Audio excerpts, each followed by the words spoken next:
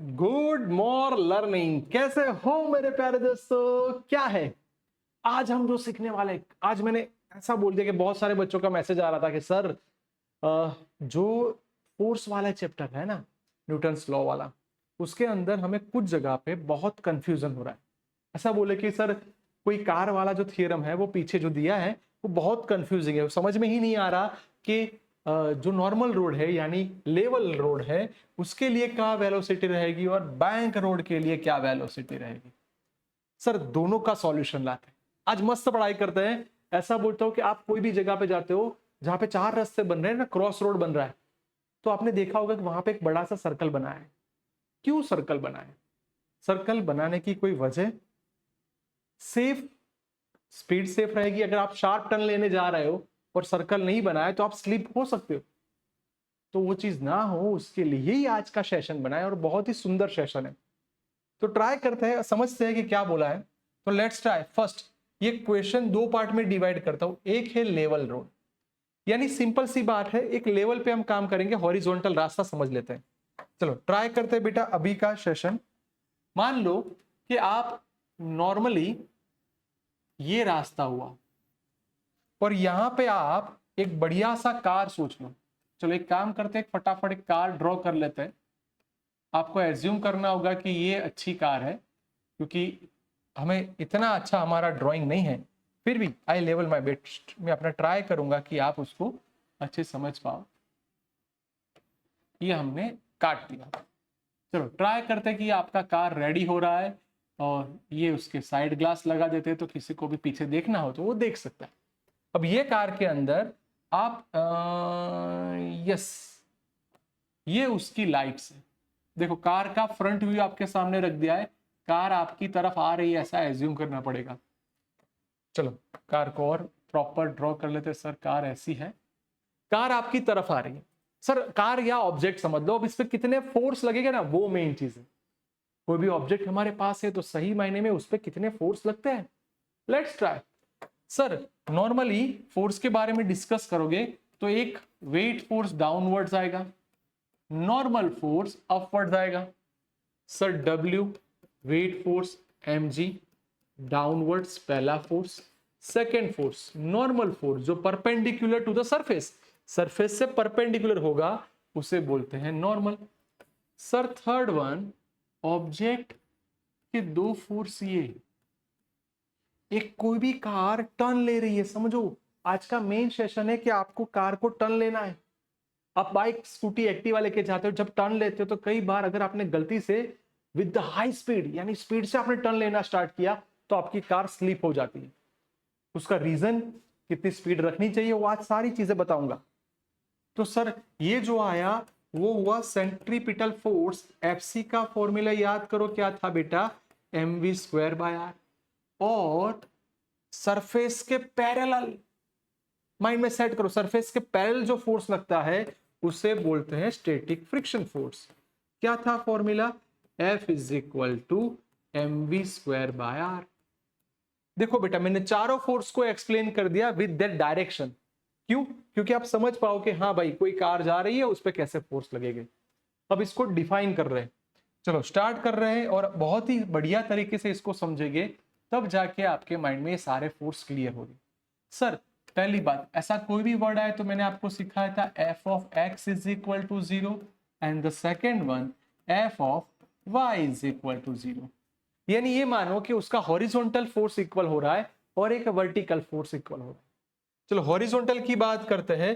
Horizontal का मतलब पहले आप टेढ़ा यानी हॉरिजॉन्टल फोर्स क्या आया? F C is equal to small F.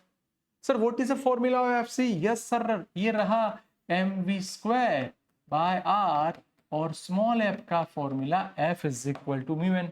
Sir बढ़िया सा एक बॉक्स बना दो। सर ग्रीन मार्कर से आपने बॉक्स बना दिए, ये हो गया हमारा first equation. Now what about the vertical force? Sir ये दोनों अपर नीचे है, ऊपर नीचे लगा दो उनको, F इज इक्वल टू यहां आ जाएगा mg और आपका नॉर्मल फोर्स। सर इसको भी अपने ग्रीन मार्कर से हाईलाइट कर लेते हैं, तो ये हो गया हमारा सेकेंड फोर्स। बच्चों जब भी कोई कैलकुलेशन करो, कोई मेथड समझो, तो पहले हर एक फोर्स को एक इक्वल डिस्ट्रीब्यूट करना पड़ेगा। अब हम क्या करेंगे, जैसे ही हमारे पास ये सारी चीज रेडी है, तो अब इन फोर्स को हम लोग डिवाइड करके नाउ कंपेयर करेंगे। 2 मिनट बेटा, चलो। हाँ यस, आपको विजन क्लियर आ रहा है इसलिए चेक करने गए थे। दोनों को कंपेयर करो, बोलिए क्या आएगा।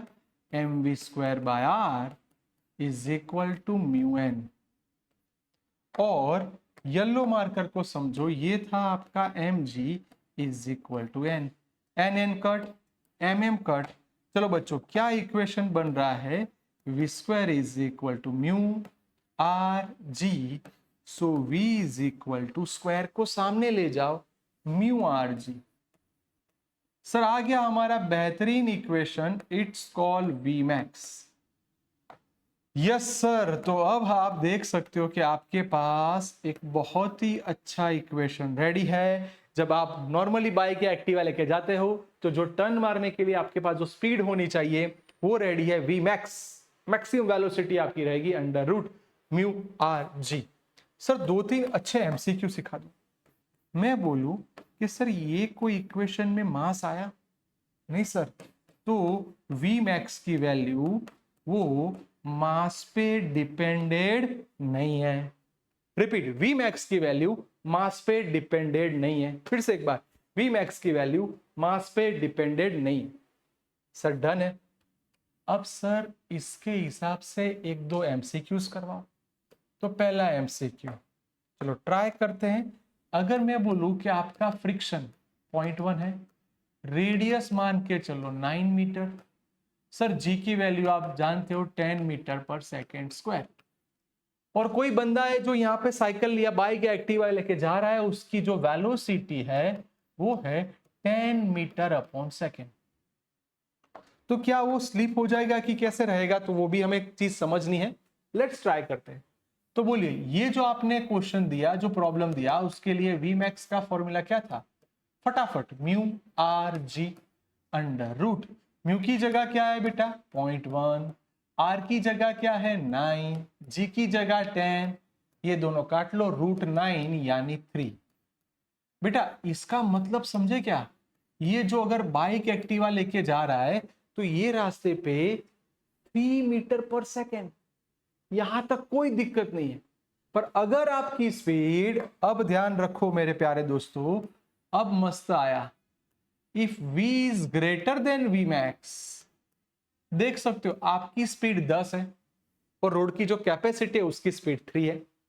तो v greater than V X होगा, तो सीधी सी बात है कि ये भैया गया, स्लीप हो जाएगा, लंबा हो जाएगा, कोई तू जल गया। बोलो रेडी, रेडी, डन। तो ट्राई करते हैं ना बेटा, ये ऐसे जैसे ही हम लोग कुछ पढ़ रहे हैं तो उसके साथ साथ 2-3 एमसीक्यू उसको दे देते हैं। चलो उसके साथ, अगर कोएफिशिएंट फ्रैक्शन 0.2 है, आर की वैल्यू 6 मीटर है, जी की वैल्यू आप हर बार लिखने की जरूरत नहीं है, आप 10 ले सकते हो, और ये बंदा 5 की स्पीड से जा रहा है, तो वो व्हीकल स्लिप होगा कि नहीं वो चेक कर लो। एक बढ़िया सा और देते हैं, अगर कोएफिशिएंट फ्रिक्शन पता नहीं है, ढूंढना है, वी मैक्स मैंने बोल दिया 1.8, रेडियस में बोल दूं 2 मीटर, तो आपको कोएफिशिएंट ऑफ फ्रिक्शन ढूंढना है। करोगे ट्राई? तो एक अच्छा सा कंसेप्ट समझ लिया। फिर से बोलता हूं, ये हमारा लेवल कर्व रोड है, यानी सीधा रास्ता है, कोई मगजमारी नहीं है। कोई बोले कि अगर इसका मास डबल करेंगे तो मास वेलोसिटी पे डिपेंडेंट नहीं है मेरे भाई, आप 2 सवारी जाओ, सबको साथ लेके जाओ, कोई फर्क नहीं पड़ेगा। सर डन, सीधी सी बात थी, क्लियर हो गई। अब इसके अंदर और क्या हो सकता है? सर आपने ये जो थ्योरम सिखाया उसमें एक वर्ड यूज किया था बैंक कर्व। अब इसकी बात करते हैं। ये जो हमारी मस्त कार है वो सीधे रास्ते पे तो जा रही है, अब हम जा रहे हैं राजस्थान, आबू अंबाजी दर्शन करने जा रहे हैं, और टेढ़ा मेढ़ा रास्ता है, और समझो ऐसे तो टेढ़ा मेढ़ा है ही, बट स्लोप भी बन रहा है। अब जब स्लोप बनेगा तो कैसे फोर्स लगेगा, फोर्स में कैसे काम होगा, वो भी समझना जरूरी है। तो वही चीज में हम जा रहे हैं, और इसको क्लियर समझने के लिए बेटा हम एक रास्ता ऐसा बना, मान लो कि ये बैंक रोड है, यानी थोड़ा टेढ़ा है, टिल्ट बना दिया, और यहाँ पे हमारी कार है। जब अब कार को भी अच्छे से बनाना पड़ेगा कि सर आप कितनी फटाफट कार ड्रॉ करते हैं। बेटा इतने सालों का एक्सपीरियंस है और फटाफट कार बनाना पड़ता है। मैं हर बार लो बस गवर्नर भी बना, कुछ ने बोला कि सर गवर्नर तो दिखाओ, मतलब गवर्नर भी बना दिया। चलो अब मेरे को बोलिए इस पे कितने फोर्स लगेंगे। सर पहला वाला फोर्स हमारा बंदा W तो रेडी है। अब इसकी मेन दिक्कत पता है क्या है सर? पहली बात, जो नॉर्मल फोर्स था वो ऑलवेज सरफेस से परपेंडिकुलर होता है, यहाँ पे तो सरफेस ही टेढ़ी है, सरफेस ही टेढ़ी कर दी आपने, तो जब सरफेस टेढ़ी करोगे तो इसका मतलब ये एन इस तरफ हो जाएगा। Sir done. और फोर्स याद करवाओ। सर ये आपने अभी सिखाया था एफसी, एफसी का फॉर्मूला लिखना तो एक बार लिख देते हैं, mv²/r। दिक्कत आ रही है कि आपको फ्रिक्शनल फोर्स भी सोचना पड़ेगा। सर फ्रिक्शनल फोर्स हमेशा सपाटी के पैरेलल यानी सरफेस से पैरेलल होता है। ये एंगल हुआ थीटा, तो इसका हम प्रोजेक्ट करेंगे, ये हो जाएगा एफ कॉस थीटा, ये हो जाएगा F sine theta. Sir done. अब इसको तो आप सिंप्लीफाई नहीं कर सकते, इसलिए इसको सिंप्लीफाई करने के लिए हमने थोड़ा ऐसा सोचा कि एक काम करो सर, जब भी ऐसा कोई आपके साथ हो रहा है तो आप उसको पहले एफपीडी बना दो। बच्चों आपको याद आ गया है कि जब भी एफपीडी वर्ड आता है इसका मतलब फ्री बॉडी डायग्राम। इतने सारे फोर्स को एक प्रॉपर तरीके से ड्रॉ करना है, प्रॉपर वे में समझना, तो ही हमारा काम होगा। चलो पहले सर इसके जो आप फोर्स के एंगल बनाओगे तो इसकी तो बात करो, तो ये हो जाएगा एन कॉस थीटा और ये हो जाएगा एन साइन थीटा। सर कितने सारे फोर्स समझने हैं, क्या करे? जो जैसा मैं बोलता हूं वैसे समझना। ओके मैं दिखाई दे रहा हूं, हाँ जैसे मैं बोलूं वैसे समझना, कौन से फोर्स को कंसीडर कैसे करना है, बहुत आसान हो जाएगा, बहुत ही बढ़िया तरीके से हो जाएगा, पर ध्यान प्रॉपर रखना। स्टार्ट।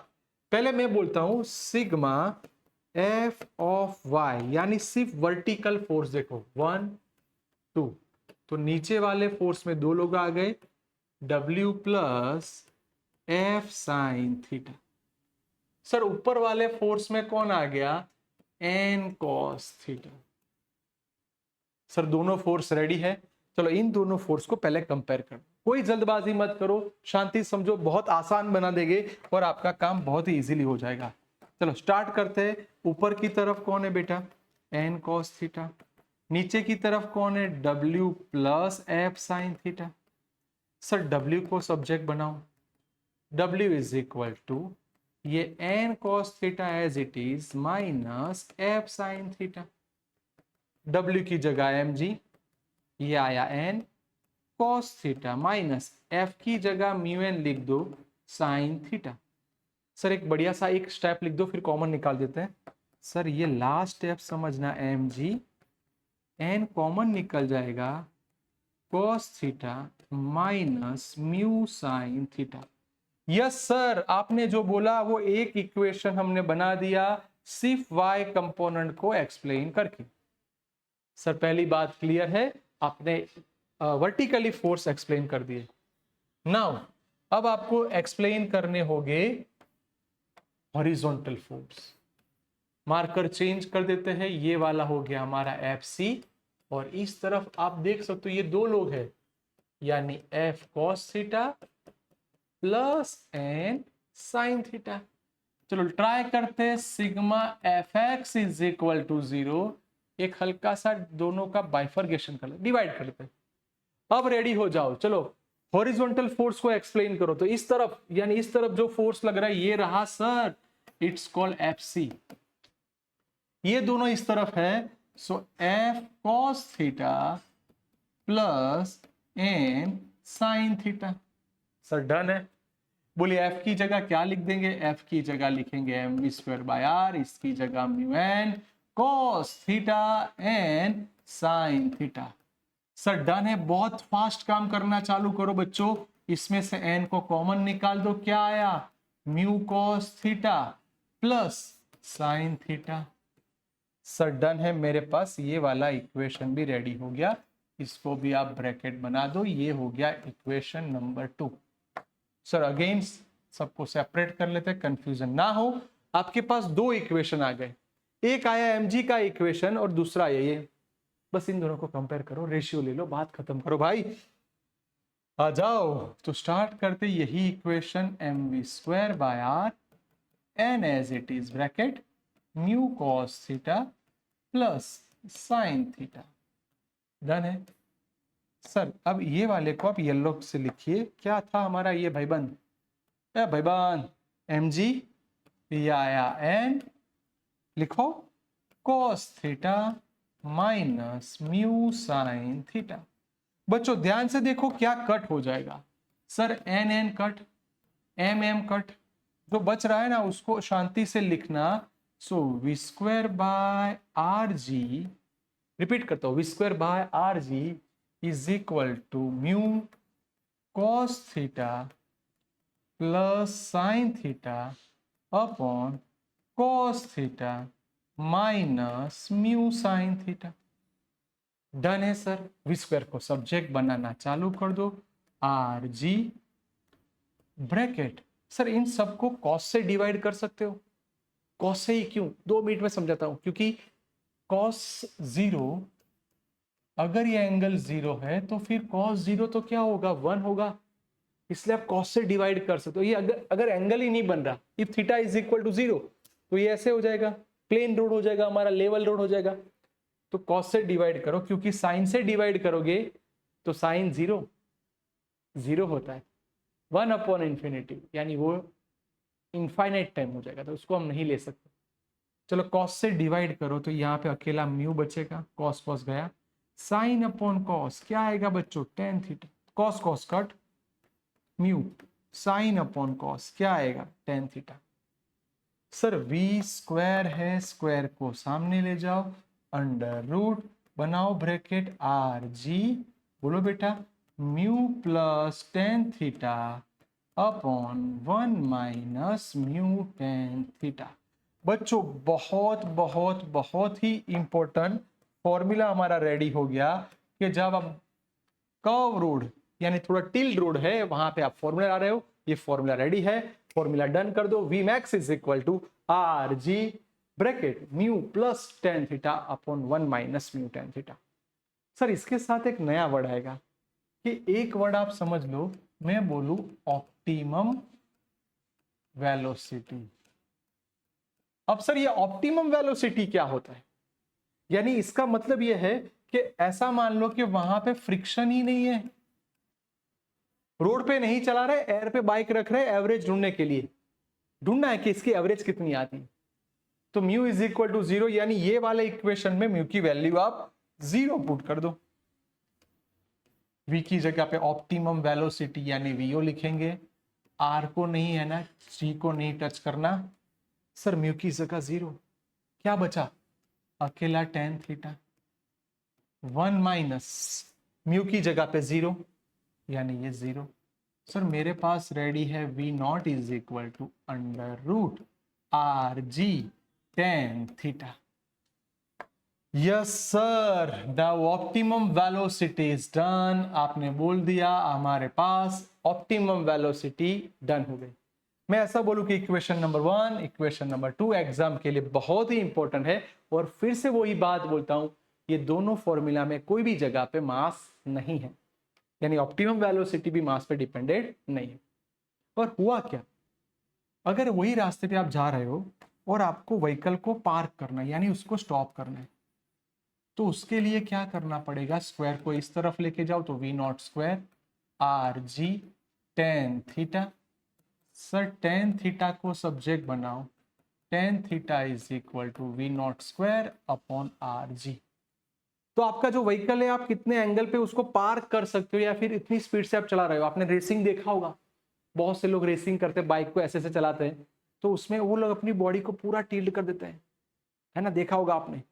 तो कितने एंगल तक कर सकते हैं वो एंगल हमने बता दिया, तो इसको भी बेटा हाईलाइट कर दो, ये भी एमसीक्यू में पूछ सकते हैं। डन। अब ट्राई करने के लिए देते हैं आज का सुंदर क्वेश्चन, एक मस्त सा ट्राई कर दो। पहले if theta is equal to 15 degree what about the optimum velocity.